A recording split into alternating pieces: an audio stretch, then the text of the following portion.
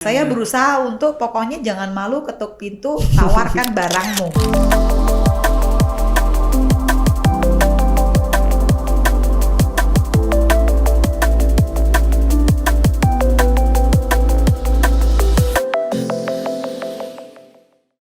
Welcome back to Find Your Way Podcast. Selamat datang Ibu Titing ya. Iya, Titing. Oke, welcome here. Mungkin boleh kenalan Ibu sekarang bisnisnya apa, nama brandnya apa, dan teman-teman bisa cek di mana. Silakan. Ya, terima kasih Mas Anda udah diberikan kesempatan. Kemudian ini saya Titing. Yep. Kami dari Titing Cakery juga. Kemudian kita fokus saat ini di camilan kering. Oke. Camilan kering. Ini salah satu beberapa produk kita ya. Ada basreng itu ada 2 varian, ada balado, ada original. Oke. Yang merah ini yang balado ya? Yang merah itu yang balado, Oke. kemudian yang kuning yang original. Oke. Kemudian broker ini brownies kering. Nah, brownies kering mete. Jadi memang brownies panggang Mas Nanda, itu yang kita keringin. Mede itu apa Bu? Kacang mete. Mete. Jadi memang kita karena ketika kacang mete ini dicampur dalam adonan, dia akan rasanya ada gurih-gurihnya. Oh, jadi mede itu, jadi di dalam browniesnya ada metenya gitu ya? Ada metenya, jadi tidak hanya kita sampaikan di topping aja, tapi kita gerus, kita blend lagi, kita masukkan dalam adonan. Oh, jadi ada yang masih bentuknya mete, ada yang udah nyampur jadi adonan. Nah, kalau yang di toppingnya itu yang pecahan metenya. Oh. Karena ketika mete itu kita sampaikan di, kan ini kan brownies panggang. Brownies panggang, kemudian kita keringkan. Jadi 2 kali proses. Kita ada sebenarnya produk yang brownies panggangnya, fudgesnya. Hanya sayang kebetulan saya nggak bawa. Jadi ada, ini brownies kering, ada juga yang brownies panggang. Brownies panggang fudgesnya ada. Oh, jadi bedanya bisa apa, dilihat di Instagram kami juga ada. Jadi bentuknya Instagramnya? kotak. Nama Instagramnya? Titing Cakery. Titing Cakery. Ya? Oke. Di situ ada beberapa produk kita semua. Nah, kebetulan kalau yang fudges itu, yang brownies panggang, itu kita vakum. Namanya fudges. Fudges itu brownies panggang yang dia memang teksturnya lebih ke arah apa ya, kalau orang awam bilang tuh bantet ya, kalau jadi lebih gemuk gitu ya. Lebih gemuk. Kalau ini lebih tipis, slim apa segala macam. Ini yang versi crunchy-nya dia. Broker itu brownies kering. Jadi brownies versi keringnya dari brownies panggang. Itu tuh berarti di oven, digoreng atau gimana sih Bu? Di oven. Jadi brownies panggang ini memang di oven. Setelah jadi, produk yang itu kita pakai di vakum, kemudian kita pasarkan juga. Nah, itu kira-kira awet sekitar 4 bulanan Mas Nanda. Kalau yang ini di oven juga? Kalau yang ini di oven lagi. Jadi yang itu tadi sama seperti itu. Cuma kita tidak kemas dalam bentuk yang biasanya kita jual di pasaran. Tapi kita pakai lagi, kita potongin lagi untuk jadi brownies seperti ini. Gitu. Jadi kering. Dan teksturnya itu memang dia bukan tekstur yang tipis, kan ada nih brownies yang di pasaran banyak yang tipis-tipis, brown chip namanya ya. Oh iya, betul-betul. Yes, gitu kan ada tuh. Tapi kalau kita teksturnya lebih ke crunchy, tapi dia ada teksturnya agak tebal sedikit. Lebih ke cookies lah. Paham. Tapi jujur enak sih teman-teman. Waktu kemarin kita ketemu sama Bu Titing itu waktu di programnya Indigo. Kebetulan saya ngajak foto sama beliau. Terus ternyata beliau malah ngasih saya 2 hadiah. Ngasih 1 basreng Jogja. Balado ya. Ya, yang balado yang merah sama si broker mede-nya gitu ya. Itu ini yang langsung habis sih. Bestseller. Sama teman-teman itu udah sampai di Denmark sama Kanada pemasarannya. Khusus untuk yang broker mede. Iya. Sampai Denmark sama Kanada. Di sana ada di seluruh Asia. Oh siap, nanti saya coba tanya di akhir ya. Kenapa? Tapi kemarin jujur nyobain ininya enak. Mungkin kalau yang suka Indomie, suka apa makan kuah gitu, dikasih ini enak sih. Cuman saya kemarin belum yang nyobain yang basreng yang apa sih? Yang original. Bedanya apa Bu? Beda hanya di varian rasa aja. Kalau balado memang ada rasa-rasanya pedas sedikit ya. Tapi kalau original benar-benar kita gurih. Jadi bentuknya sama? Bentuknya sama, size-nya sama. Aja yang paham. Ini berarti basreng itu basreng itu apa sih bahan dasarnya? Basreng itu bakso goreng. So basically dari daging? Ya, daging ayam. Dari daging ayam. Jadi dipotong-potong gitu ya baksonya, lalu Jadi digoreng. bukan kita bikin kayak komposisi kita bikin bakso yang biasanya dijual abang-abangan tuh, abang-abang tuh enggak. Jadi memang ada komposisi sendiri kita bikin bakso gorengnya gitu. Ya, pasti prosesnya agak panjang sih itu. Oke. Siap. Jadi ini basically sama, beda rasanya aja gitu ya. Beda rasanya aja. Kalau ini berarti bisa belinya di mana, Bu? Kalau di Jogja itu kita ada di banyak toko offline ya. Di toko oleh-oleh Jogja itu pasti ada di bisa sebut merek nih. Boleh, silakan. Di Jokem ada toko oleh-oleh Jokem. Jokem adalah? Jokem itu Jogja Kembali. Jogja Kembali. Jogja Kembali itu ada 4 cabang di Jogja. Di Ireda, kemudian di dekat alun-alun selatan. Nah, alun kidul ya orang Jogja bilang. Siap. Kemudian itu ada di Gedong Kuning. Gedong Kuning? Gedong Kuning. Kemudian satunya lagi di Ireda, di Gedong Kuning, kemudian satunya lagi, saya malah lupa ya. Pokoknya di toko-toko. Di Mangkujudan. Mangkujudan. Nah, itu salah satu di Jokem, kemudian di Mirota Hamsah ada, Malioboro. Di Malioboro, di jalan sekitaran Malioboro itu kita ada 5 toko. Jadi pokoknya ketika di jalan Malioboro itu pinggir jalannya pasti ada produk Ibu gitu ya. Ada 4-5 toko. Ada sekitar 5 tokoan yang memang kita ada produk di situ. Termasuk di Plaza Malioboro-nya ada. Tapi penasaran, orang biasanya beli ini untuk oleh-oleh dari Jogja atau untuk yaudah buat cemilan sehari-hari, buat teman makan atau apa biasanya, Bu? Awalnya sih saya tuh memang larinya ke wisatawan dulu ya. Jadi karena memang ada basreng Jogjanya ya, memang. Paham. Jadi kita fokuskan ke teman-teman yang pengen punya oleh-oleh, nggak sekedar bakpia.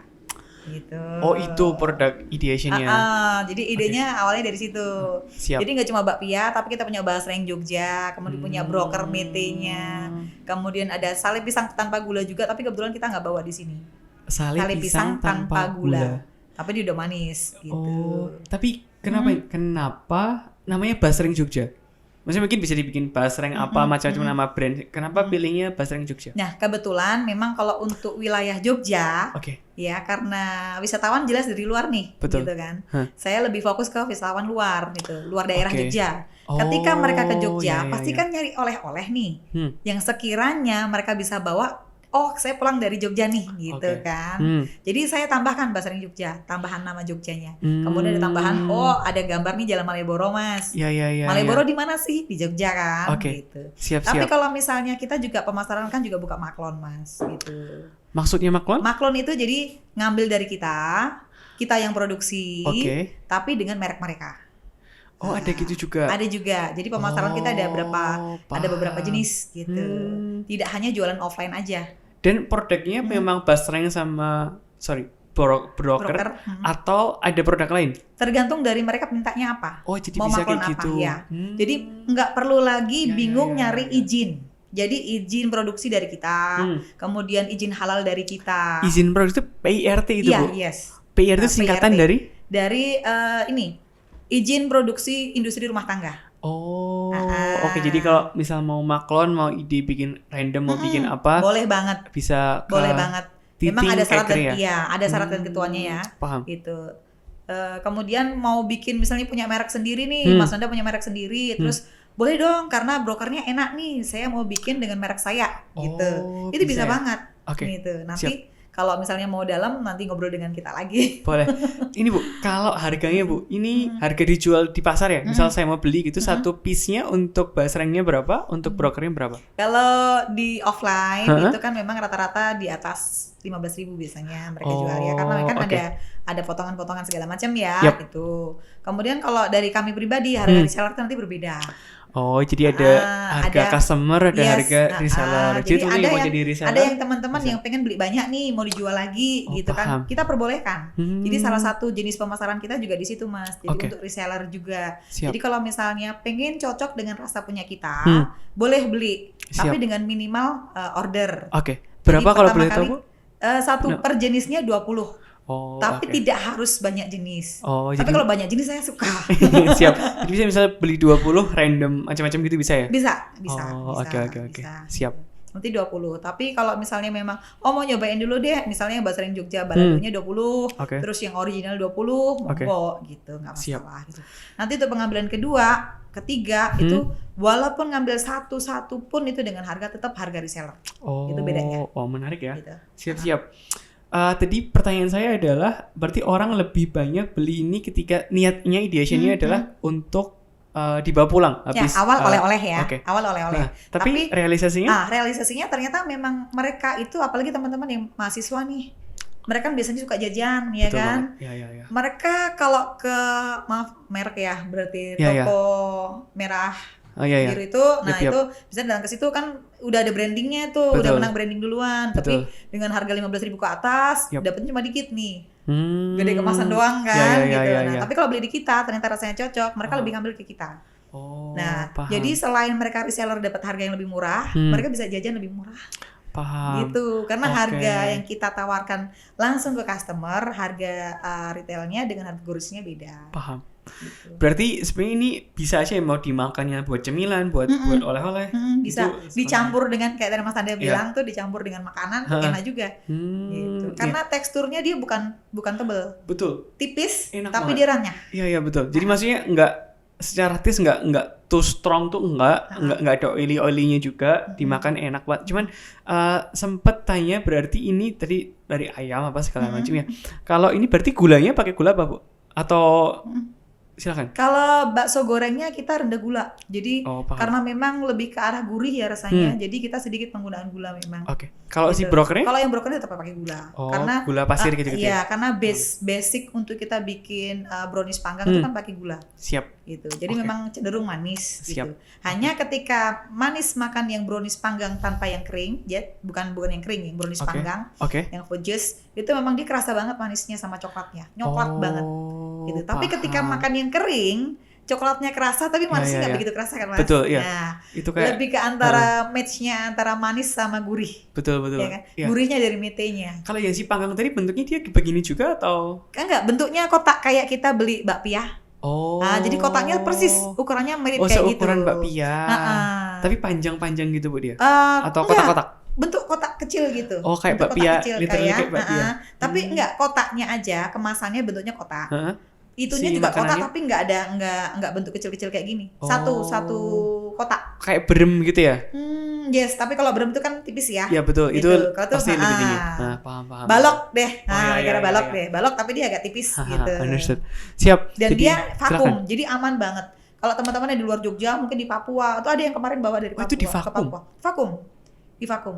Jadi teman-teman mungkin yang punya bisnis kuliner juga, yang mungkin punya brownies, mau ngikut nih, saya kasih bocoran ya. Kalau misalnya dia brownies panggang tidak divakum, dia hanya tahan di luar ruangan sekitar seminggu doang. Terus nanti ada jamur, ada perubahan rasa, macam-macam gitu ya. Paham. Nah, terus akhirnya saya bingung waktu itu gimana caranya biar kita bisa expirednya lebih lama, expired date-nya. Akhirnya kita coba vakum. Tambahkan sedikit ada silika gel, kemudian kita vakum sampai benar-benar dia udaranya habis nih. 4 bulan, teman-teman. Itu nggak berubah rasa, nggak berubah, nggak berubah rasa, nggak berubah tekstur, nggak ada jamurnya dan masih enak kita makan. Itu nggak diapa-apain? Maksudnya habis beli nggak masuk kulkas juga nggak, aman, insya Allah aman. Wow. Dan kita tanpa pengawet, ya dari gulanya. Pengawet alaminya dari gulanya. Jadi di kardus, lalu kardusnya di vakum gitu ya, Bu? Vakum dulu, baru masuk kardus. Jadi cantik. Jadi tetap kardusnya tetap kelihatan packagingnya. Kalau warnanya sama sih, warnanya sama. Si hitam putih cek gini ya. Di Instagram kita ada gitu. Kayak titing kayak kering. Nah, titing kayak kering. Oke, tadi kita udah tahu produknya ada basreng, ada brownies yang kering, ada brownies yang panggang. Ada apa lagi, Bu? Sale pisang tanpa gula. Sale pisang tanpa gula. Itu berarti packaging kayak gini juga ya? Kebetulan kalau tradisional, saya pernah nyoba nih kayak gini. Gak laku, Mas. Jadi kenapa kayak gitu? Ketika saya pelajari, memang kalau sejenis sale ini kan jenisnya macam-macam. Betul. Ada yang kering, ada yang basah gitu betul. Kan. Kita cenderung kalau mau beli tuh ngelihat bentuknya dulu. Masih mau beli ngelihat kita. Iya, kitanya, kita pembeli ya, kita customernya. Gitu. Karena mempelajari kan customer kayak apa nih gitu kan. Nah, ternyata iya ya, saya sukanya yang kalau yang basah kan cenderung manisnya kerasa banget gitu kan, atau mungkin yang kering agak crunchy kan gitu. Akhirnya saya pakai hanya kemasan plastik biasa. Betul sih, karena jujur ketika cuma plastik biasa saya kasih stiker. Gitu. Paham. Hanya bedanya di sini kita tanpa gula sama sekali. Si salenya. Jadi manisnya dari mana? Dari pisangnya. I see. Gitu. Sorry, kalau sale itu pisang dipotong-potong, lalu Nah, itu pisang dipotong-potong. Kalau biasanya kalau konvensional itu kan dipanaskan di sinar matahari. Betul. Sampai dia jadi apa kalau orang Jogja bilang gaplek ya. Ya. Kering gitu. Nah, kering. Setelah itu kan saya pakai jenis pisang uter. Kalau saya ngomong sih pisang uter. Kalau pisang apa ya? Pisang kecil-kecil tuh yang buat buat burung-burung di kandang tuh. Itu saya pakainya itu. Jadi ada biji-bijinya. Ada bijinya. Oh iya betul. Nah, ada bijinya kan. Iya, nah, betul. jadi itu setelah itu dikeringin ya. Kalau secara konvensional tuh pakai sinar matahari. Tapi kalau misalnya kita mau cepet, pas PO-nya agak banyak, kita panggang. Kita panggang dengan suhu kecil, tapi dia agak lama. Berarti panggang itu pakai oven, Bu? Oven. Oh, berarti ovennya gede gitu ya? Gede.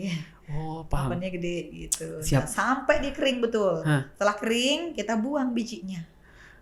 Ada proses pembuangan biji. Paham. Gitu. Jadi dipotong, setelah dibuang bijinya, itu kan kita nggak mungkin kan jual hanya itu doang, karena orang mesti jijik dengan yang bekas-bekas bijinya itu kan. Nah, kita akali dengan apa? Kita tetap pakai tepung, tapi rendah garam. Untuk nutupin yang bolong-bolong itu tadi.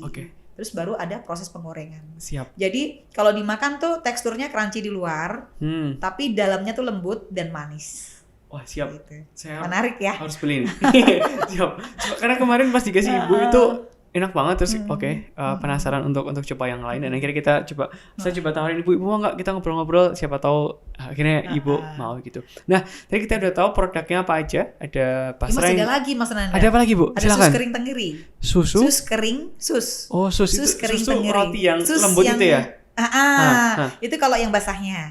Nah, kalau yang keringnya mungkin Mas Nanda pernah ngerasain di toko merah biru tuh, yang crunchy, isinya coklat, isinya keju, ya kan?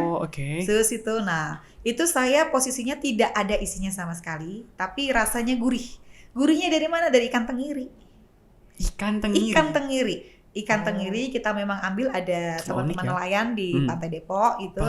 Kita ambil, kemudian kita blender sampai halus. Kita campurkan dengan adonan.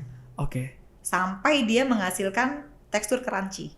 Dan itu tricky banget. Karena ketika itu kita suhunya agak tinggi dikit, warnanya jadi hitam, Mas. Karena kan ikan itu kalau kering kan hitam, ya kan? Nah, jadi susah bikin ikannya gitu. Crunchy gitu ya. Itu. Jadi ketika dimakan itu gurihnya kerasa banget, enak banget. Dan itu paling cocok dengan untuk mangsa pasar anak-anak yang tidak suka makan ikan, tidak suka makan ayam gitu. Kalau yang sus kering tenggiri ini di Gambir ada, di Ulamart. Gambir Jakarta. Stasiun Gambir ya kan ya, Gambir Jakarta. Di Ulamart ada. Keren. Itu kita kerjasama dengan Kementerian Kelautan dan Perikanan Indonesia. Kebetulan kalau misalnya ada mereka punya pameran-pameran gede juga, itu ya alhamdulillah kita juga ada produk itu juga. Siap. Gitu. Ada lagi produknya? Itu sus kering tenggiri, ini itu terus kayaknya itu aja deh. Siap, sekali tadi ya. Kalau berarti si sus kering tenggirinya dapatnya di Jogja ada juga, Bu? Atau cuma di Gambir aja? Oh, ada di Jogja. Cuma memang untuk pasarannya tidak begitu besar ya, tidak begitu banyak karena memang wangsa pasarnya tidak begitu banyak. Jadi mungkin kalau untuk marketingnya mungkin yang kurang ya. Orang kan berpikirnya anak kecil itu yang penting dikasih camilan biar diem udah gitu kan, udah selesai gitu. Padahal sebenarnya sih kalau menurut saya kalau camilan itu memang dia sehat gitu, tanpa pengawet, tanpa tambahan perasa dan bisa menambah nilai gizi mereka, ya justru itu seharusnya diambil. Gitu. Padahal saya udah coba ke Posyandu misalnya ya, saya tawarin ke ibu-ibu. Cuma kadang-kadang mungkin kan harganya juga agak tinggi ya daripada yang kita beli Jadi sebenarnya si gitu. sus tenggiri kering tadi itu memang marketnya buat anak-anak gitu ya, supaya gizinya masuk. Iya, fokus saya ke situ awalnya. Fokus saya ke situ. Jadi memang kalau untuk dari Kementerian Kelautan dan Perikanan, saya kan diminta beberapa kali untuk membuat inovasi produk. Jebolan finalis MasterChef untuk KKP ya. Baru finalis tapi nggak sampai menang. Sorry, itu berarti finalis MasterChef yang diadain sama Kementerian Kelautan. Se-Indonesia? Se-Indonesia. Kebetulan masuk 10 besar waktu itu. Keren ya. Tapi ya alhamdulillahnya sampai sekarang masih eksis. Gitu. Siap. Ya, kadang nggak terlalu ngaruh juga juara apa enggak. Yang penting bisa survive terus gitu. Kalau mau tanya Bu, produknya macam-macam tadi, mana yang paling laris? Yang paling laris ini, bestseller. Broker mete ini paling laris. Jadi saya sebenarnya ini Kalau tadi boleh harganya 15-20-an ribu tadi ya? yes. Tapi kalau itu oleh-oleh udah beda Mas harganya. Oh ya. Harganya di bawah 40.000 lah. Paham. Jadi dari yang harga belasan ribu itu bisa sampai 40.000-an. Yap. Gitu. Oke. Ya mungkin karena memang ada fee di luar itu ya. Siap. Gitu. Tadi Ibu mau bilang apa? Sorry saya potong tadi. Kalau misalnya broker Mete ini ya kan itu memang best seller kita. Tapi kalau untuk untuk Basreng ini juga untuk mangsa pasar di Jogja terutama itu juga lumayan tinggi karena saingan merek kita itu beda teksturnya Mas. Satu Deneto kita sudah lebih tinggi gramasinya. Jadi kalau rata-rata tempat lain kan 80 gram, ya, ini kita 100 gram. Ya. Terus yang kedua teksturnya beda. Kan Mas udah ngerasain itu tipis tapi crunchy dia. Iya, kalau yang lain itu kan biasanya agak tebel, agak keras gitu. Memang beda. Saya akui ya. Gitu. Siap. Jadi nomor 1 brokernya, nomor 2 Basreng gitu Bu. Oke. Nomor 3? Nomor 3-nya ada Saleh Pisang Gula. Siap. Ya. Oke. Siap. Kita udah tahu bisnisnya Ibu Titing gitu ya, ada macam-macam, tapi mostly tadi sempat ngobrol di belakang kamera, ada bakery gitu ya, bakery tapi yang awalnya basah, akhirnya pindah ke kuliner yang lebih kering gitu. Nah mungkin coba sebenarnya masuk ke lebih dalam ke bisnisnya gitu, pengen coba tahu sedikit backgroundnya Ibu Titing ini, kenapa bisa nyampe ke bikin, apakah emang dari sekolah kuliner atau gimana, silakan. Ya. Buka rahasia nih. Saya sebenarnya cuma anak SMA biasa Mas, gitu. Anak SMA biasa. Di Jogja. Di Jogja, salah satu SMA di Jogja. Orang tua asli Jogja. Orang tua papa orang Jogja asli, mama orang Surabaya. Kemudian saya dari Indonesia. Tapi akhirnya balik ke Jogja lagi. Yap. Jogja, kemudian saya sempat ke sekolah pelayaran. Niatnya mau jadi pelayar kapal pesiar. Sekolah pelayaran di Miami Fleet. Itu Miami Fleet itu dulu di Semarang jalan bukan? Atau Jogja? Iya di Jogja. Oh. Di Jogja. Ada Miami Fleet itu. Nah, kebetulan karena memang kondisi keluarga yang waktu itu rumah sakit ya, terus akhirnya saya harus cut off dulu deh, nggak usah melanjutin cita-cita. Saya cari kerjaan lain nih. Yang bisa saya lakukan waktu itu hanya berjualan. Nah, karena dasar saya itu, saya coba melamar pekerjaan di salah satu distributor Indonesia waktu itu untuk Hello Packard gitu. Saya jualan laptop gitu. Itu ada HP juga atau emang khusus laptop aja? Waktu itu mereknya kita pegang HP sama Dell. Nah kita jualan di situ. Laptop aja berarti? Ya laptop aja gitu. Nah kebetulan memang ya lumayan laris Mas. Kemudian saya dipindahkan ke Berapa Bali. Tahun itu Bu? Itu saya dalam jangka waktu setahun Mas. Setahun pindah lumayan, ke Bali. Alhamdulillah. Ya. Penjualan sudah lumayan gitu kan. Nah setelah itu baru saya pindahkan ke Bali. Dengan perusahaan yang sama. Pindah ke Bali, saya megang Indonesia bagian timur. Nah setelah itu ya balik lagi, saya ada kerjaan di Kalimantan, saya ambil juga. Perusahaan berbeda. Tapi masih di role yang sama penjualan? Enggak, saya di administrasinya, tapi di tambang gitu.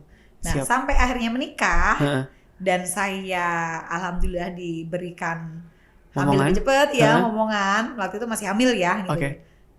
Ya udah saya stop kerja. Stop kerja saya bingung. Kan biasanya kan traveling nih gitu. Karena senangnya traveling. Terus tiba-tiba harus diem jadi ibu rumah tangga. Ngapain ya gitu kan, bingung. Terus akhirnya ya sudah saya coba ke cari aktivitas lain.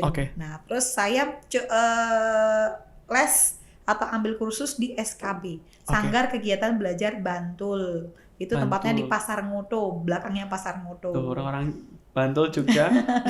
Ya itu saya di situ. Kemudian situ saya ngambil sekitar 2 kali. Terus yang satu yang tidak pernah saya lupakan adalah ketika saya masuk di dalam satu aktivitas yang menurut saya itu baik, gitu. Saya akan belajar terus sampai saya mendapatkan rasa yang menurut saya di lidah saya cocok. Gitu. Jadi saya praktek di rumah tuh praktek terus. Paham. Jadi ngulik mungkin udah bikin kayak ada yang sampai rasanya ini oke nih. Kalau dulu kan medsos belum begitu seramai ini ya Mas ya. Tahun berapa itu berarti Bu? Itu tahun sekitar 2010. Sekitar itu kan belum seramai ini gitu kan. Betul, tapi kan tablet Nova itu kan banyak banget tuh, kan banyak resep tuh. Tapi ketika belajar di situ itu nggak pernah jadi teman-teman. Gitu. Jadi saya bingung kan, kenapa sih mungkin ada triknya sendiri atau ada sesuatu yang memang disembunyikan ya, gitu. Pasti gitu sih, atau mungkin semuanya posisinya yang enggak pas Hah? gitu kan. Terus akhirnya saya belajar terus Mas Nanda, belajar terus sampai akhirnya saya dapat beberapa resep yang menurut saya dari lidah saya cocok gitu. Nah awalnya kenapa saya bisa bisnis, maksudnya di basah-basahan karena anak saya kan udah beranjak TK nih, masuk TK kan bawa bekal dari rumah. Saya bawain yang dari saya praktek-praktek gitu. Ternyata dikerubutin temennya habis semua. Dari sana. Jadi awalnya bikin kerja, habis itu ikut kursus, habis itu bikinin makanan buat anak, bekal. Karena temennya suka. Terus ibu gurunya datanglah ke rumah. Ustazahnya datang ke rumah. Kebetulan kan anak saya kan TKIT ya, di TKIT di Jogja juga ya? Iya, di Jogja juga. Terus ustazahnya datang ke rumah, nanya-nanya segala macem. Dan satu kuncinya Mas Nanda. Apa itu, Bu? Kalau di makanan basah atau apapun itu ya sebenarnya kuliner, mau basah mau kering. Siap. Tempat produksi itu harus bersih. Siap. Ya kemarin sempat viral juga nih di Jakarta ada store yang silakan. Yang harinya itu ya. Jadi itu kunci saya gitu. Karena memang ketika mau mulai bersih, selesai produksi harus bersih. Karena kita nggak ngerti nih, tiba-tiba datang orang sidak atau mungkin dari teman-teman atau pembeli baru, pelanggan baru, customer baru. Kan dari hal yang sepele Mas Nanda, misalnya kayak timbangan nih. Kadang kalau kita nggak perhatikan kan banyak kotor-kotorannya gitu kan. Jadi hal yang sepele seperti itu. Ketika kita lihat bersih, otomatis berarti memang orangnya produknya bersih. Ya. Nggak hanya tempat produksi, rumahnya pun juga bersih. Gitu. Diharapkan seperti itu. Jadi dari awal seperti itu saja, akhirnya saya dapat kepercayaan. Waktu itu belum punya PIRT saya, belum punya izin, nggak mikir ke jualan makanan. Nggak mikir ke situ. Gitu. Setelah itu dipercaya. Karena rasa udah jelas enak, kemudian bersih, dipercayalah saya untuk stok snack sore di TKIT. Itu sebelum pandemi jauh awalnya. Ya. Situ akhirnya saya glutin. Dari situ, dari TKIT, dari snack sore, penyetok stok sore, akhirnya banyak pesanan datang. Paham. Tapi penasaran Bu, waktu pertama kali niat tadi nggak punya aktivitas karena udah jadi ibu rumah tangga, jadi istri gitu ya. Ada niat nggak sih waktu belajar itu emang siapa tahu 5-10 tahun lagi jadi bisnis deh gitu, atau emang murni nggak ada? Kepikiran itu. Sama sekali nggak kepikiran. Dan waktu kecil ada cita-cita kayaknya aku mau bisnis deh gitu. Aduh nggak bisa, nggak ada pikiran itu. Orang saya bikin sambal bawang itu asinnya minta ampun Mas. Itu awal pertama menikah. Gitu. Jadi nggak kepikiran sama sekali. Saya hanya berpikir kalau misalnya kerja saya mungkin ikut orang kerja sama orang gitu. Terus ya seperti yang sebelumnya saya lakukan gitu. Jadi ketika saya hamil saya sempat stres sih karena saya nggak punya kegiatan. Iya pasti gitu. Dari ramai banget itu pasti. Ya mungkin kebetulan memang waktu saya agak banyak waktu itu ya ketika hamil. Jadi saya bisa praktek-praktek gitu. Jadi belajar terus, pokoknya praktek terus sampai saya dapat yang kira-kira ternyata komposisinya tuh harusnya sekian ya gitu. Harusnya kayak gini ya. Sampai kadang-kadang tuh saya apal sudah di luar kepala gitu. Jadi misalnya ngelihat resep nih di buku atau di tabloid atau di mana gitu. Ternyata salah nih kayak gini. Ini komposisi tepungnya lebih banyak nih atau gini. Nah gitu. Nah dari situ, dari penyetok snack sore, terus pesanan datang. Kemudian saya mulai dipercaya untuk mengajar di SKB-nya. Yang tadi Ibu belajar di sana. Yes, gitu. Awal di SKB Bantul, kemudian dipercaya juga di Jogja.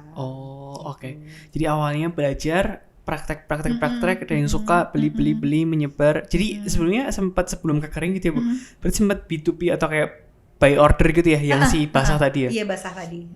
Kenapa akhirnya switch ke kering Bu? Nah, karena pandemik Mas. Pandemik kan kita ngerasain semua ya. Jadi kita udah stok bahan banyak nih. Karena kan kalau snack sore itu kan satu sekolah aja saya harus siapin mungkin sekitar 100-200an piece kan, gitu kan lumayan gitu kan. Jadi kita mesti ada stok tiap hari itu ya? Tiap hari. Kecuali Sabtu Minggu biasanya libur gitu. Nah itu belum kalau yang di luar pesanan itu gitu kan. Jadi kan memang agak lumayan banyak. Ketika pandemik itu kan benar-benar sepi banget Mas. Sekolah, apalagi sekolah nggak buka. Menangis darah lah saya. Nah setelah itu akhirnya saya mencoba. Nah salah satu produk pertama yang saya buat adalah sus kering tenggiri. Nah, kemudian ada kegiatan tadi yang dari kementerian, saya coba bikin produk inovasi dari ikan.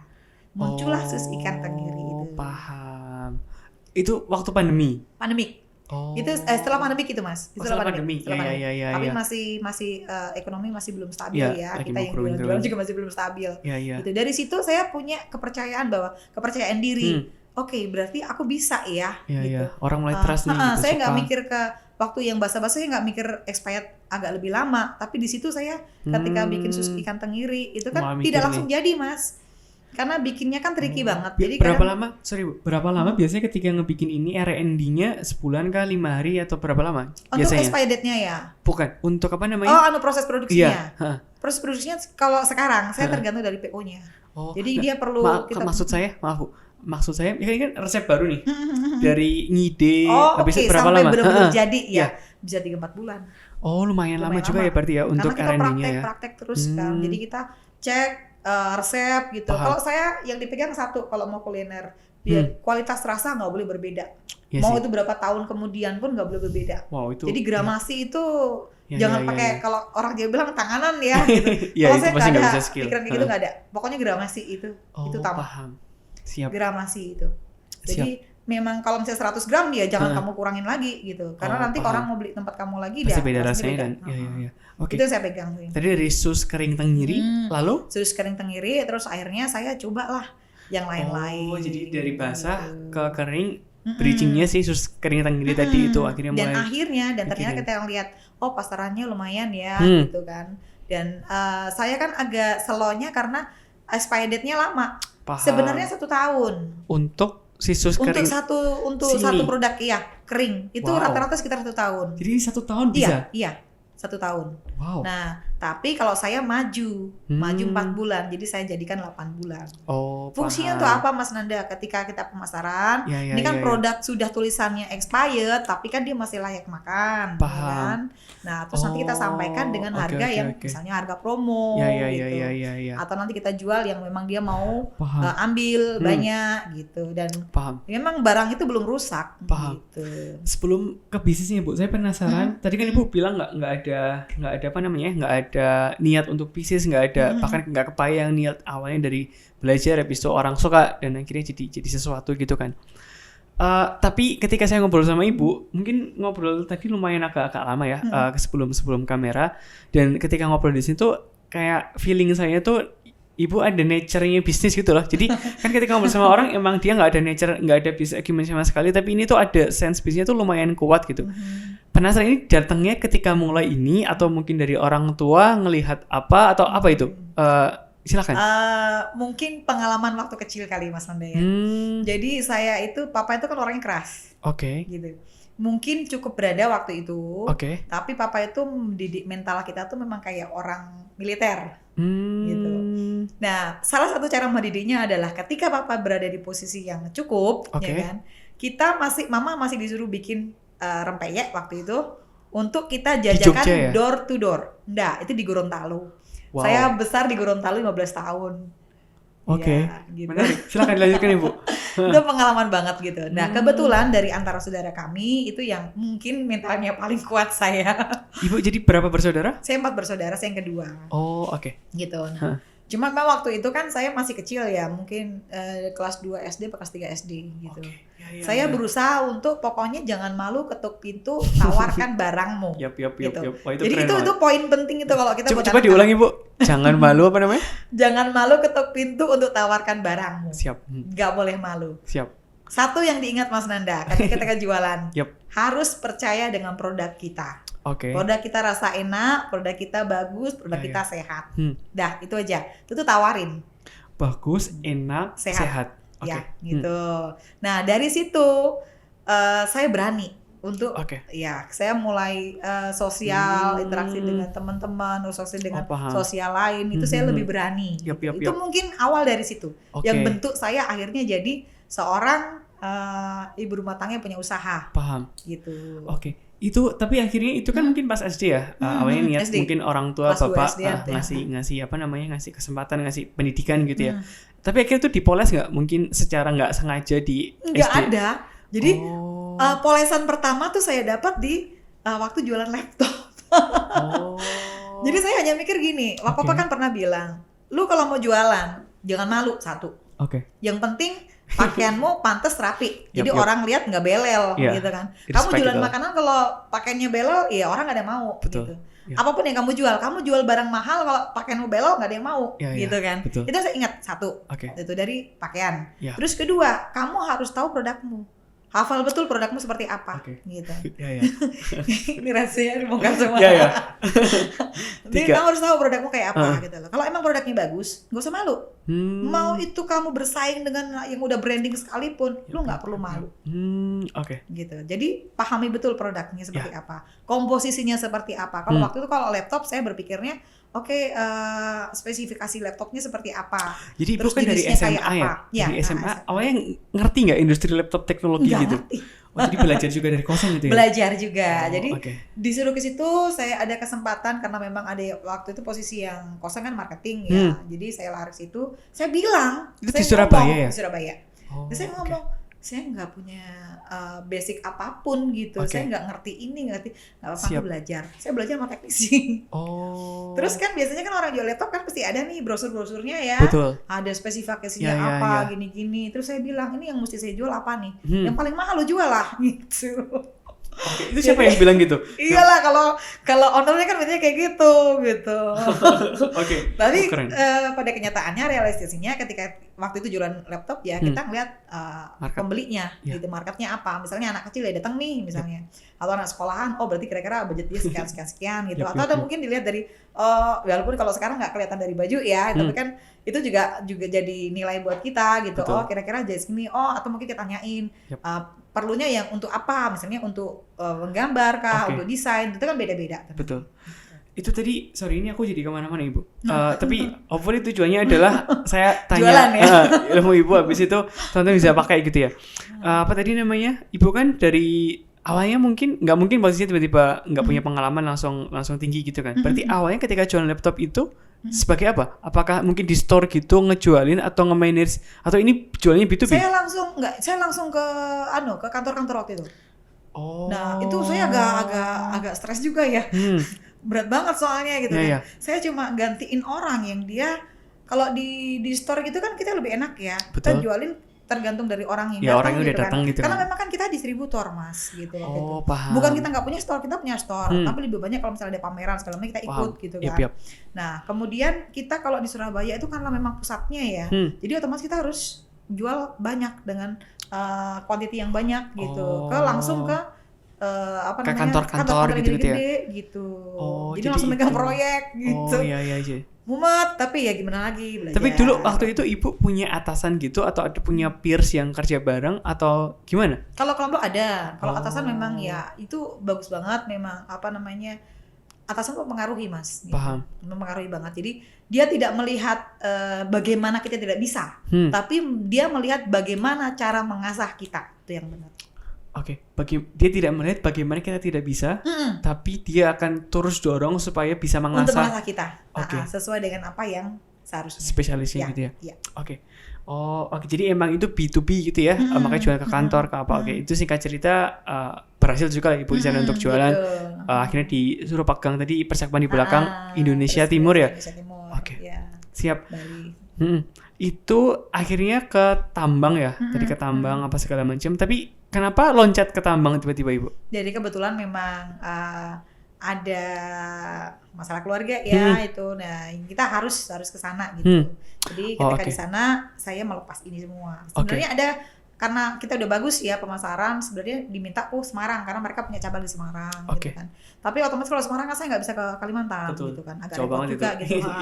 Terus akhirnya saya ya udahlah, lah kita ke Kalimantan waktu itu. Di Kalimantan sebenarnya nggak lama sih, karena saya kan cuma sebagai admin aja. Kalimantan itu sudah menikah atau belum? Belum, masih single. Masih single di Kalimantan Timur saya. Nah, tapi itu juga nggak lama Mas. Jadi istilahnya kayak saya ngisi waktu luang aja deh gitu. Paham. Waktu balik ke menikah itu sebenarnya saya ditawarin lagi kan ke Jogja nih. Di Semarang kan masih kosong gitu kan. Jadi ditawarin ke Semarang sebenarnya. Tapi karena emang dari suami nggak boleh, ya udah nggak boleh. Tapi kalau jadinya ke Semarang, saya nggak punya produk ini nanti. Betul, siap. Oke. Ini saya mungkin agak stop tanya untuk personalnya Ibu, maksudnya background karirnya apa segala macam, akan coba lebih ke produk-produknya dan bisnisnya. Untuk pertama, tadi kan ini macam-macam produknya Bu. Pasti apakah awalnya itu sendiri atau sekarang Ibu udah punya tim berapa? Apa gimana untuk proses produksinya? Kalau produksi memang awal saya sendiri. Sendiri. Terus kemudian kan agak kewalahan Mas. Kewalahan, terus kita punya tim sendiri gitu. Awal memang saya setnya salah karena memang saya tidak pernah berpikir untuk buat camilan kecil, camilan kering dengan porsi yang banyak. Ya gitu. Jadi awal saya punya banyak produk kan. Ya. Dalam satu hari itu kita bisa produksi macam-macam. Produksi macam-macam. Itu ternyata boncos banget Mas. Betul, pasti PR kan. Boncos banget, dan kemudian kita buangnya juga bingung. Marketnya bingung gitu. Jadi kita tidak sesuaikan PO. Nah kalau sekarang kan kita UKM kan modal kecil Mas gitu. Jadi kita sesuaikan dengan PO. Jadi misalnya PO paling banyak mana nih? Paling banyak basreng. Berarti kita dalam seminggu kita konsen di basreng. Siap. Gitu. Jadi kita stok itu banyak. Oke. Nah setelah itu nanti kalau misalnya ada PO agak banyak lagi masuk itu dari jenis apa, kita sesuaikan dengan itu. Gitu. Jadi sebenarnya kalau kita punya banyak produk itu kesulitannya adalah ketika tempat produksi itu alatnya juga hanya itu aja gitu kan. Harusnya kan nambah lagi gitu ya. Siapa tahu nanti ada investor yang bisa masuk kita. Siap.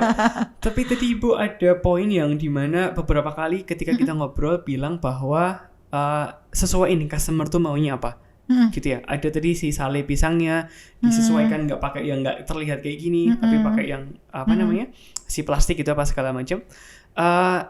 Ada poin itu gitu sih. Masih Ibu sangat ngelihat market tuh butuhnya apa, lalu coba disuplai. Cara ngelihat PO-nya juga sama. Bahkan tadi ketika pisang awal juga ada sense banget bahwa ini aku nggak akan bikin aneh-aneh, aku cukup provide aja market maunya apa gitu ya. Lalu ada produk basreng dan brownies gitu. Pasti ada produk yang lain gitu kan. Mungkin tadi pertanyaan saya adalah kenapa akhirnya merujuknya ke basreng atau mungkin nggak kerupuk lah atau macam-macam, nggak tahu apa gitu, atau kenapa ke brownies kering juga nggak yang lain, itu apa background skenario-nya atau apa gitu. Silakan Ibu. Kalau sus kering kemarin itu kan saya mikirnya anak-anak nih banyak anak-anak kecil yang dia nggak suka protein ya. Tapi jadi gimana caranya kita bikin camilan kering yang sehat gitu kan, itu satu. Terus yang kedua berarti kan mangsa pasarnya anak-anak nih. Terus saya mikir lagi, kok cuma jualan buat anak-anak doang ya? Paham. Gitu. Kan kita kan makanya itu iya gitu kan mikirnya. Kalau kita kan bisnis itu kan yang penting cuan ya. Betul. Yang penting cuan. Jadi kalau saya mikirnya ke situ Mas. Jadi simpel aja sih gitu. Saya mikir gimana mangsa pasar ini bisa kita ambil semua gitu. Nggak cuma anak-anak, tapi bapak ibunya juga atau masnya juga, kakeknya juga. Akhirnya saya punya banyak produk gitu. Salah satunya mungkin di camilan sehat itu ada sus kering tenggiri. Kemudian untuk saya sebenarnya merambahnya basreng ini ke anak-anak muda. Kan suka camilan yang crunchy, gurih, pedes, campur sama seblak enak gitu kan. Nah, setelah itu masuklah ke basreng gitu. Tapi ternyata dengan tekstur saya yang memang dia ringan tapi crunchy ya kan. Ternyata orang tua juga suka. Jadi mangsa pasar saya tuh dapat plusnya di orang tua. Dewasa 60 tahun ke atas tuh masih bisa makan basreng saya. Gitu. Pun yang pakai gigi palsu itu masih bisa makan pakai basreng saya. Gitu. Itu yang wow banget buat saya sih sebenarnya. Enggak keras itu ya? Enggak keras dia. Jadi tipis tapi dia crunchy gitu. Sebelum akhirnya basreng, apakah ada proses nyoba produk lain nih? Belum ketemu basreng atau ternyata nemu basreng dan langsung jadi langsung gitu? Mikir sih, saya langsung mikir kira-kira apa itu langsung kepikiran basreng gitu. Jadi nggak mikir yang lain-lain dulu. Nah, kenapa kalau brownies ini bisa muncul, bisa lahir? Karena saya mikirnya masa bakpia terus sih gitu. Ada yang lain nggak sih gitu? Keresahan ya. Gitu. Padahal kan memang sebenarnya produk brownies ini nggak cuma dari merek saya aja Mas, banyak banget di Jogja udah banyak banget gitu kan. Nah cuma saya berpikirnya gimana caranya saya bikin brownies tapi dia bisa dibawa kemana-mana dan dia expirednya lama gitu. Nah dari itu terus keluarlah brownies panggang awalnya nih, saya kotakin. Nah kenapa muncul ini Mas? Sebenarnya ini karena ada permasalahan saya di retur. Kalau kita ke toko oleh-oleh itu offline, kebanyakan kita kan sistemnya konsinyasi.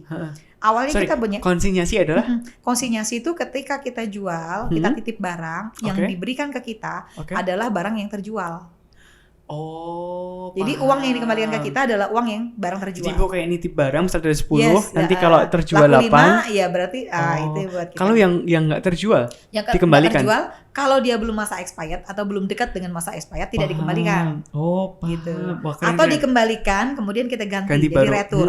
Gitu bisa. Gitu. Paham. Itu konsinyasi. Iya, tadi masalahnya return lalu muncul ini. Kenapa itu? Nah, itu saya mikir kan gimana cara. Itu kan waktu itu kan sih sudah pakai vakum ya, berarti 4 bulanan ya. Yep. 4 bulanan. Saya mikir iya benar sih 4 bulan masih bisa dimaam. Tapi setelah itu kalau retur banyak gue harus kemanain nih? Betul. Bingung kan gitu kan. Bagi-bagi. Bagi-bagi. Boncos ya itu kalau Jumat terus sih gak apa-apa ya gitu kan. Cuma kan kalau gitu kan kita boncos ya kan. Padahal kan modal kecil gitu kan. Akhirnya saya mikir coba deh gue keringin gitu kan. Nah awal dari yang retur lumayan agak banyak. Jadi 4 bulan biasanya di jarak 2 bulan kita udah ambil mas. Di posisi dia belum deket aja pun kita udah ambil. Nah ini ketika kita ambil yang manage quality tadi ya. Yes. Nah saya ambil 2 bulan terus saya keringin. Saya potong-potong saya keringin. Gitu kan. Wow. Ya. Jadi produksi 2 kali ya, 2 kali proses gitu kan. Saya keringin. Ih, gila, ternyata enak. Oh, gitu ceritanya. Saya kan juga pencinta coklat ya. Jadi ini rasanya coklat banget soalnya gitu. Dan ternyata ketika si mete ini masuk ke mulut kita, itu sensasinya tuh beda. Paham. Coklat metenya tuh beda banget gitu. Dan ternyata ini malah best seller. Oh, iya. Jadi mereka istilahnya kayak yang gue makan brownies tapi kering nih, ya kan. Dan itu bisa bawa kemana-mana. Sorry gitu. Bu, kalau di toko merah, toko biru itu ada yang apa sih? Bukan. Ada. Warna merah itu ya? Itu ada. brownies juga itu namanya? Brownies juga. Oh, tapi jujur kalau sama itu, pilih ini saya. Agak too strong gitu. Ini lebih enak ya. Oh, jadi masih itu hal yang brownies. Ya. Paham. Tapi memang saya nggak ngambil aja dari situ ya karena itu tadi karena pengembalian retur agak banyak, saya bingung gitu kan. Mau diapain nih? Gitu. Oh, paham. Ya itu. Ada yang bilang gini, wah dengan 60 gram nih kan 60 gram nih yang kecil ini mas. 60 gram harga sekian gitu. Ibu jangan ditawar lagi ya, kasihan bakulnya. Karena 2 kali proses. Bener-bener brownies yang kita keringin. Bukan brownies yang rusak loh nih kita keringin. Paham. Gitu. Karena kalau misalnya teman-teman tahu ya, brownies yang udah rusak ya, kalau dicoba dikeringkan, itu rasanya itu akan berbeda. Apalagi udah ada metenya. Oh, paham. Kalau kacang nggak enak dimakan itu kan ada kayak pengar-pengarnya gimana gitu. Itu kelihatan banget. Apalagi coklatnya itu kerasa banget mas. Gitu. Nah ini ibu ambil coklatnya dari? Coklatnya dari toko Bana, kue di sini aja sih. Awalnya saya kan ke Ngelanggeran. Oh Ngelanggeran, ya. Itu kan ada pabrik coklat. Nah tapi kebetulan karena mungkin produk lokal ya, harganya belum bisa masuk. Kalau enaknya enak sih, tapi harganya nggak bisa masuk. Jadi itu sayangnya di situ sebenarnya. Gitu. Paham. Mungkin ini Bu, pertanyaannya adalah survival mode-nya apa gitu? Tadi kan produknya return, terus tiba-tiba muncul apa sih yang bisa di-share kalau bisnis? Silakan. Sebenarnya lebih ke gimana caranya biar kita dapat cuan. Balik ke cuan lagi ya. Jadi lebih apa ya, bisa gimana cara kita beradaptasi sih, dengan kondisi yang kita alami gitu loh. Misalnya ini ada kondisi yang kita harus return banyak nih, bisa nggak diolah lagi gitu. Tapi kalau kayak basreng udah nggak bisa diolah, makanya kita mainnya kita ambil 8 bulan, terus kita mainnya di promo atau kita ngambil biasanya kalau teman-teman reseller dia langsung ngambil. Gitu. Dan itu produk kan belum busuk gitu loh. Memang kita majuin gitu loh. Pun kalau misalnya mereka ganti expired date-nya gitu, tambah 2 bulan misalnya dari expired date yang udah lama, itu pun masih aman. Paham. Gitu, masih aman. Siap, Ibu. Itu tadi terkait produksinya, terkait survival mode-nya gitu ya. Kalau jualannya lebih banyak berarti naruh di toko-toko gitu atau jualan yang mungkin lewat sosial media atau direct ke customer yang beli lewat WA, lebih banyak mana, Bu? Kalau saya ini kan ibu rumah tangga konvensional, Mas Nanda. Sejujurnya itu sebenarnya awal memang saya ke offline ya. Kita titipin banyak di Jogja gitu. Tapi karena dengan banyaknya peminat gitu kan, banyak customer yang kemudian pengen jadi reseller kita, larinya ke reseller gitu. Jadi pemasaran kita tuh ada 1 offline, kemudian lari ke reseller, terus yang ketiga maklun. gitu. Maklon tadi yang itu tadi mau pakai merek dulu tadi. Nah, terus yang satunya lagi kita mulai belajar di online.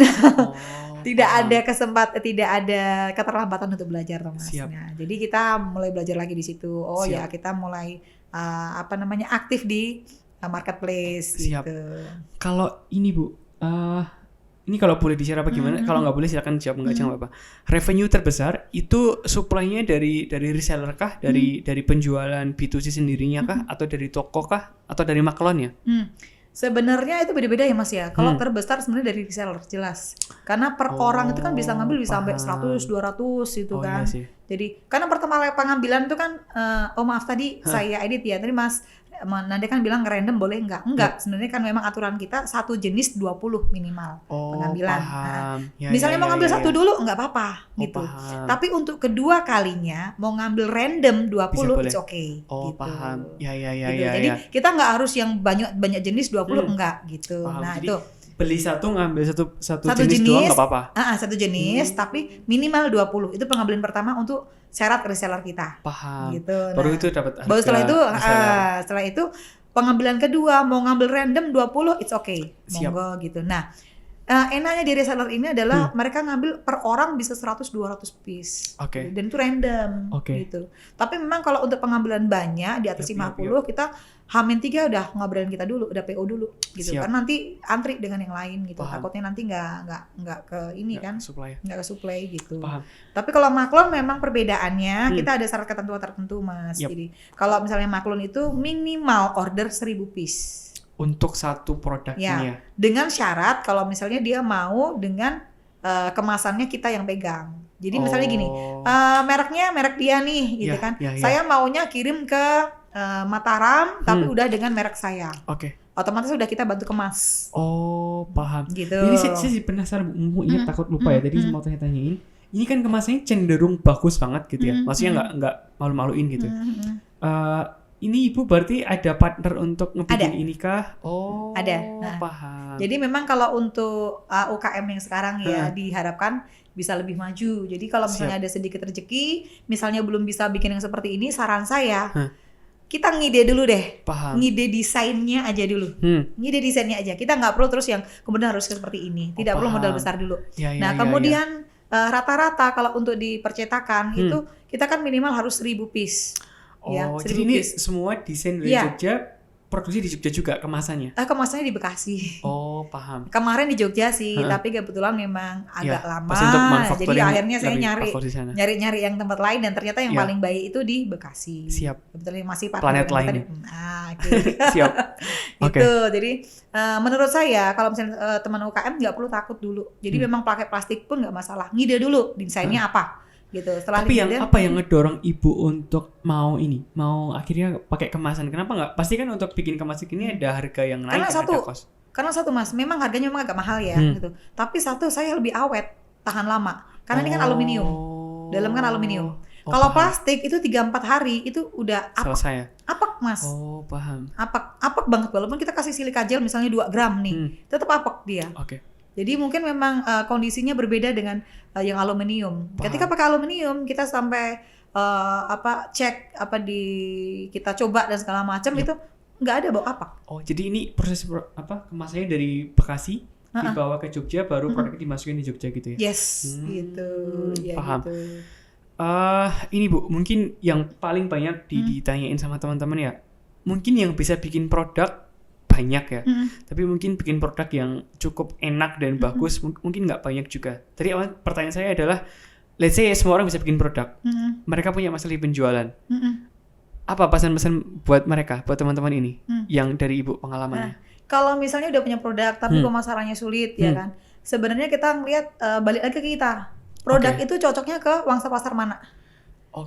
That's good. Paling simple, lihat dari segi umur dulu, anak-anak kah, remaja kah, orang tua kah, atau orang yang dia memang pengen sehat. Ilmu-ilmu gini Ibu dapetnya dari mana? Belajar membaca Mas. Paham. Gitu. Kalau itu juga pengalaman ya. Karena beberapa kali kok nggak laku sih, terus kayak gini nggak laku gini gitu kan. Saya coba untuk melihat kira-kira customer yang bagus itu seperti apa. Customer yang cocok dengan produk saya seperti apa kayak gitu. Oke. Gitu.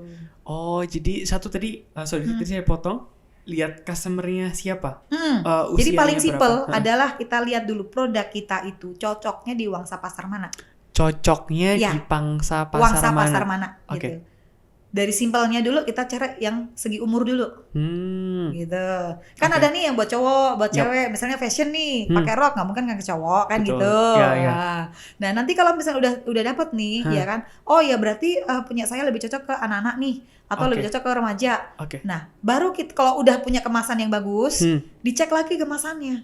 Kira-kira cocok nggak sih untuk anak-anak yang seumuran segitu? Gitu. Jadi dari produk itu maksudnya makanannya, belum sampai jadi kayak gini, baru dilihat juga, ya ini anak muda semua sih ini.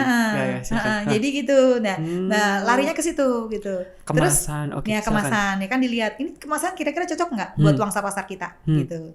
Nah, kalau misalnya udah cocok di situ, kita lihat lagi, kita mau jual ini dengan high value atau enggak? Gitu. Kalau high value berarti kan kita harus bikin kemasan yang bagus, eksekutif ya, eksklusif ya, kan gitu. Jadi misalnya contoh nih, ini kan kalau orang saya bilang harga 30.000, mungkin orang oke. Oh iya, kemasannya bagus, ini kan gitu. Betul. Itu masih bisa. Tapi kalau ini plastik, saya kasih harga 30.000 nggak ada yang mau. Iya kan? Betul, iya. Jadi itu kelihatan di situ gitu. Terus misalnya desainnya kira-kira ini maaf nih kalau misalnya saya jual dengan harga 40.000 mesti nggak laku. 40.000 mesti nggak laku.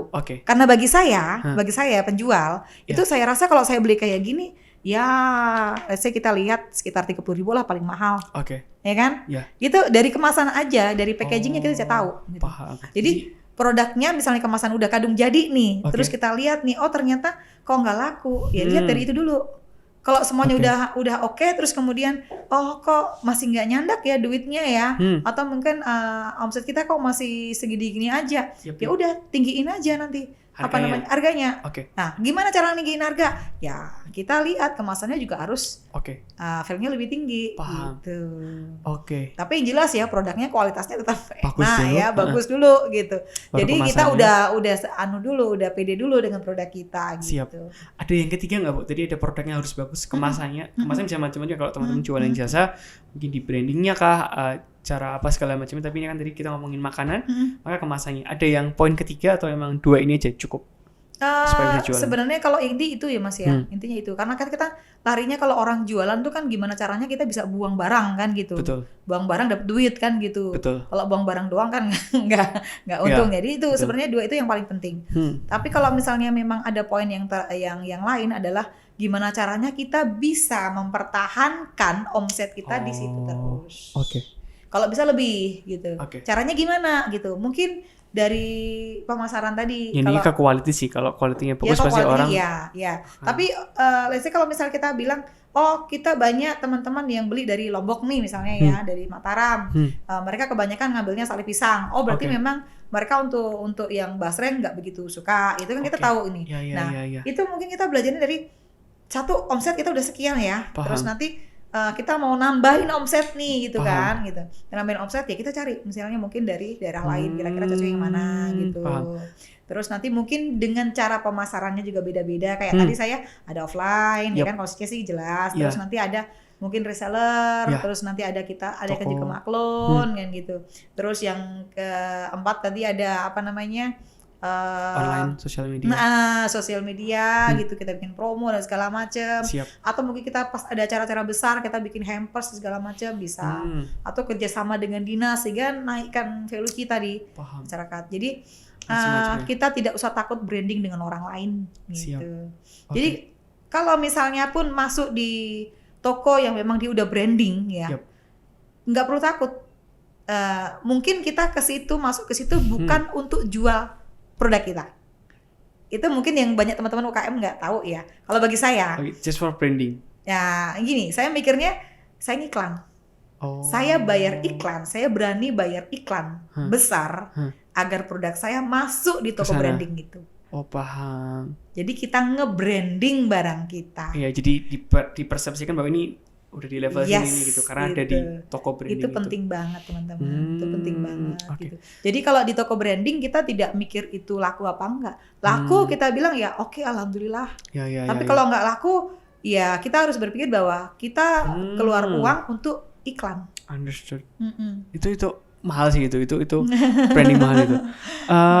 Kenapa Ibu pilih beberapa channel penjualannya macam-macam?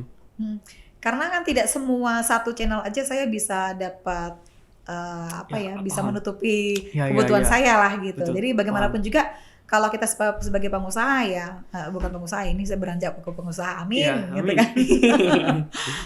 Sebagai seorang yang berusaha itu kan tetap harus ada langkah-langkah yang kira-kira bisa menutup semuanya. Jadi mungkin kalau di konsinyasi aja, banyak returnya kan juga banyak Mas gitu. Kalau kayak gini terus saya juga repot gitu kan. Ya, mungkin kalau modalnya agak gede lumayan. Nah tapi karena kita modal kecil kan gimana caranya biar kita muter terus gitu. Tapi kalau saya ngomong saya fokus di quantity, saya juga salah. Karena kalau mungkin modal gede ya, pemikirannya quantity kita beli bahan yang murah kan, karena quantity kan kita mesti keluarnya banyak gitu. Kita press harga mungkin kalau saya sekelas pabrik. Karena saya belum sekelas pabrik, saya nggak berani. Saya nggak berani. Jadi saya mainnya di pemasaran itu tadi. Jadi masing-masing ada porsinya masing-masing gitu. Dan baru semalam saya dengerin podcast gitu ya, ngomongin juga kalau ini tadi kalau penjualan usaha apa sekarang, kalau investasi gitu juga ternyata nggak cuma satu, di diverse ke beberapa juga nggak, tapi mungkin nanti portonya macam-macam gitu ya. Terus tadi ketika Ibu ngomong saya nggak fokus ke quantity, ke volume gitu ya.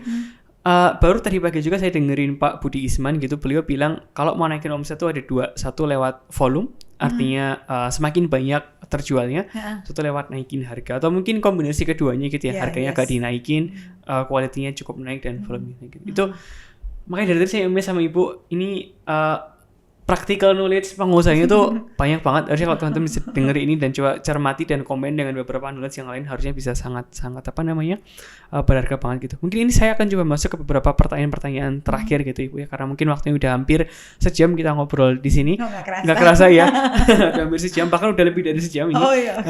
Beberapa pertanyaan terakhir saya adalah kalau boleh tahu resellernya ini udah di seluruh Indonesia kah atau di beberapa daerah? Bu silakan. Hampir ya. Jadi memang dari Sumatera udah ada, di Palembang tuh jelas ada ya, Palembang, kemudian Bukit Tinggi, itu ada, kemudian di Kalimantan itu ada Kalimantan Selatan, Kalimantan Tengah ada, di Kalimantan Tengah Kaltim, terus ada, terus kalau di Jawa jelas banyak ya kan, Jakarta ada, di Bandung ada. Gitu. Hanya saya tidak semua reseller kami dari misalnya Jogja ya, Jogja pun tuh ada resellernya gitu. Jogja pun ada resellernya. Dan mereka biasanya tidak hanya ke medsos aja, tidak ke marketplace aja Mas.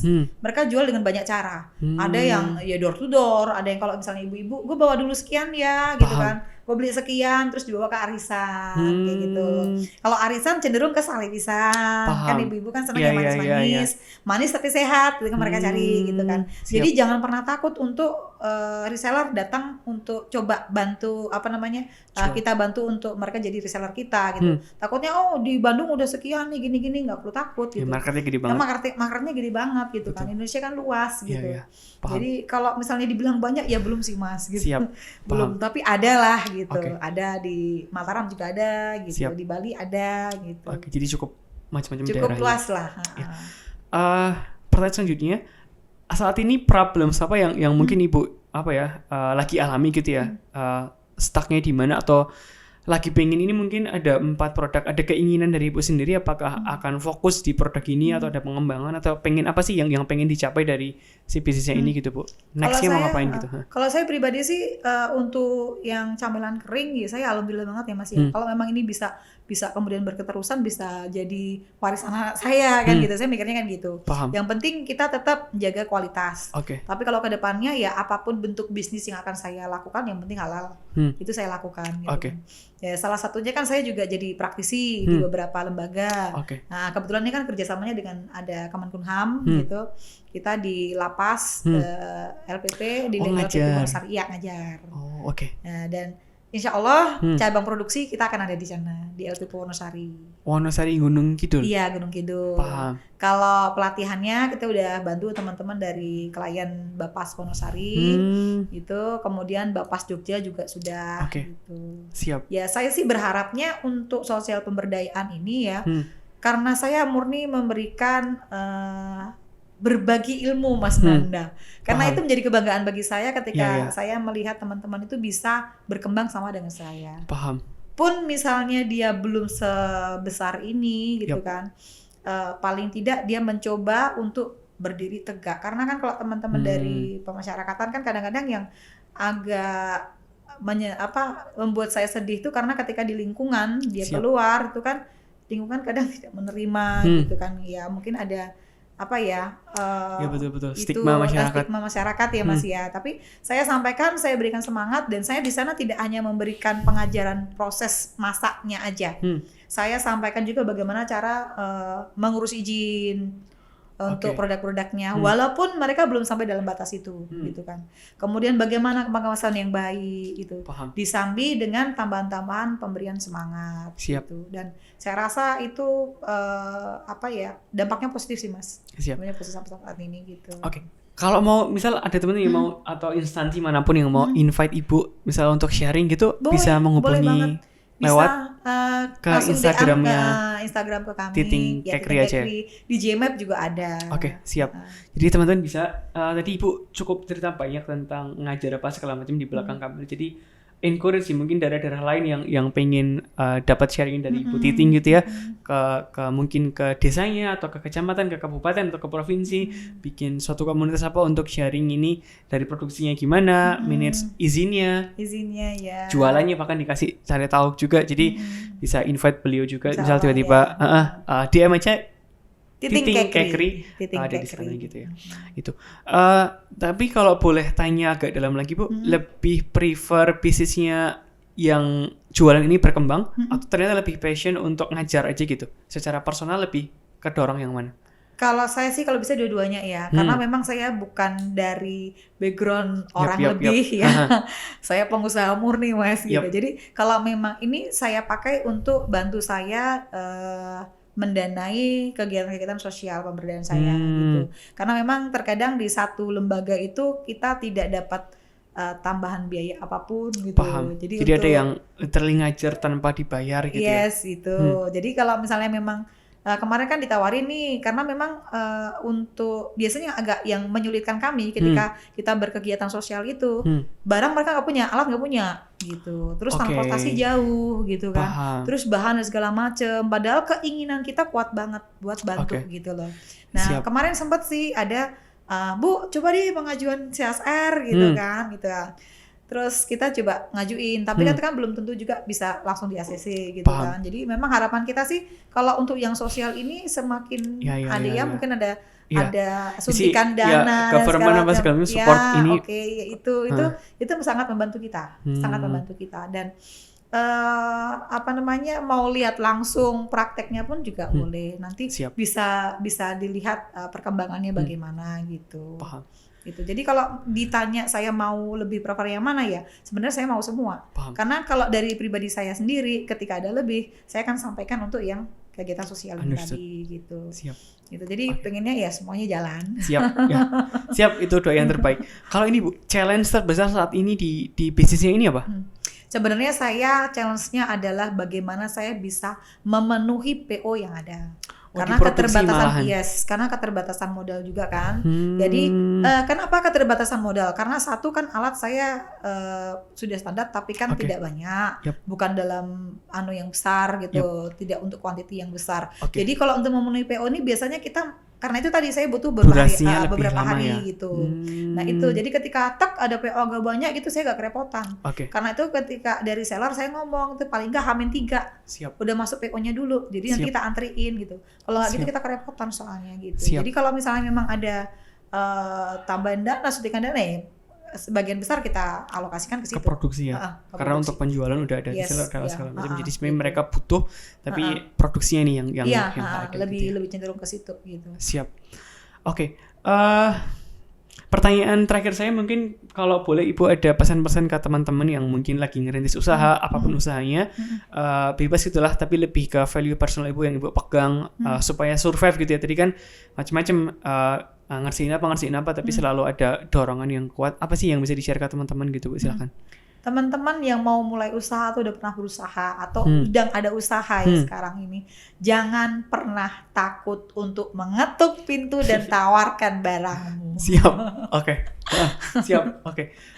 Di akhir saya mau ada rapid questions gitu ya Bu, mungkin 5 pertanyaan atau 4 pertanyaan. Kalau Ibu pilih profit atau bantu sosial?